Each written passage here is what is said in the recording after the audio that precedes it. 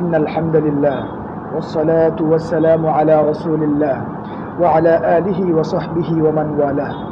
প্রিয় ভাই ও বোনেরা, আজ আমরা এমন এক বিষয় নিয়ে আলোচনা করব যা কেবল রাজনৈতিক নয়, এটি একটি ঈমানি ও নৈতিক প্রশ্ন। জাতিসংঘ, যে সংস্থাকে বিশ্ব মানবতার প্রতিনিধি বলা হয়, তার ভূমিকা আজ প্রশ্নবিদ্ধ। বিশেষ করে গাজায় হাজার হাজার মুসলিম নারী, শিশু এবং পুরুষদের উপর বর্বর আগ্রাসনের সময় জাতিসংঘের নীরবতা আমাদের সামনে মনে করিয়ে দেয় পবিত্র কোরআনের সেই ঐশী বাণীটি। আল্লাহ পাক রব্বুল আলামিন ইরশাদ করেন, ওয়াকিফুহুম ইন্নাহুম মাসউলুন, তোমরা তাদেরকে দাঁড় করাও, নিশ্চয় তাদেরকে জিজ্ঞাসাবাদ করা হবে। সূরা আস-সাফফাত আয়াত নাম্বার 24। প্রিয় দেশবাসী, গত এক বছরে গাজায় 35,000-এরও বেশি মানুষ শহীদ হয়েছেন। পুরো একটি জনপদ ধ্বংসস্তূপে পরিণত হয়েছে। শিশুর লাশ, নারীর কান্না, বাবার চোখে খালি শূন্যতা। এই দৃশ্যগুলো কি জাতিসংঘ দেখতে পায় না? জাতিসংঘ কি বন্ধ করেছে ইসরায়েলের আগ্রাসন? জাতিসংঘ কি মানবতার পক্ষে কার্যকর কোনো ব্যবস্থা নিয়েছে? উত্তর না, বরং তারা কেবল বিবৃতি দিয়েই ক্ষান্ত হয়েছে।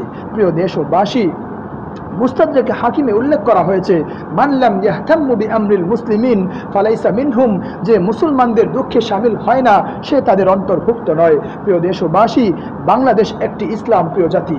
আমাদের সাধারণ মানুষ হয়তো শরিয়া মানে না, কিন্তু ইসলামের প্রতি সম্মান জানায়। তাদের হৃদয়ে কোরআনের প্রতি ভালোবাসা আছে। তারা জানে লা হুকমা ইল্লা লিল্লাহ, আসল হুকুম তো কেবল আল্লাহরই জন্য। তাহলে এই দেশে যারা ইসলামকে চিরতরে মুছে ফেলতে চায়, যারা জাতিসংঘের অফিসকে ব্যবহার করে এই সমাজে সমকামিতা, নারীবাদ, পরিবার বিরোধী দর্শন ঢুকাতে চায়, তারা কার স্বার্থে কাজ করছে? আল্লাহ পাক রব্বুল আলামিন পবিত্র কোরআনে ইরশাদ করেন, ওয়ালান তারদা আনকাল ইয়াহুদু ওয়ালান নাসারা হাত্তা তাত্তাবিআ মিল্লাতাহুম, ইহুদি ও খ্রিস্টানরা কখনোই তোমাদের প্রতি সন্তুষ্ট হবে না যতক্ষণ না তুমি তাদের পথ অনুসরণ করো।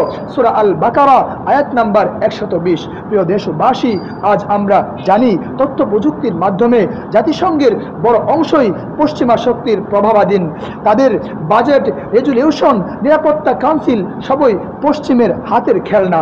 তারা মানবাধিকার বলে চিৎকার করে, অথচ যখন মুসলমানদের উপর নির্যাতনের স্টিম রোলার চালানো হয় তখন তারা বুবা শয়তান সেজে বসে থাকে।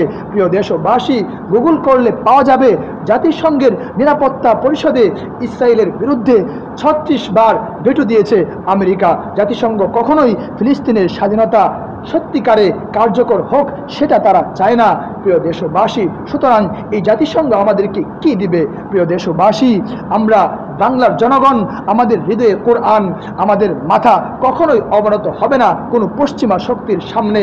আমরা মানবতা, ইনসাফ ও ইসলামের পক্ষে আছি।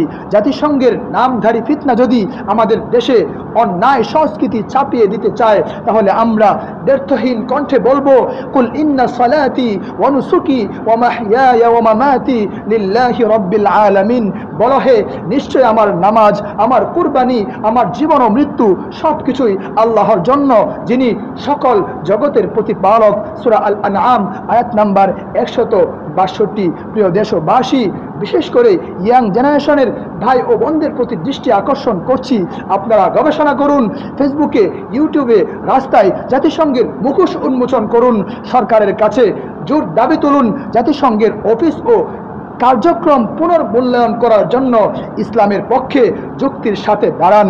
কারণ আস-সাকিতু আনিল হাক্কি শাইতানুন আখরাস, সত্যের ব্যাপারে নীরব থাকা বুবা শয়তানের নামান্তর। প্রিয় দেশবাসী, পরিশেষে একটি স্লোগান দিয়ে আমি শেষ করছি, বাংলার মুসলমান জাগো, কোরআনের পতাকা ধরো, গাজা আমাদের প্রাণ, জাতিসংঘ তোর মুখোশ খুলে গেছে, এই বাংলা চার বিইজনিল্লাহ নাসরুম মিনাল্লাহ ওয়া ফাতহুন করিব।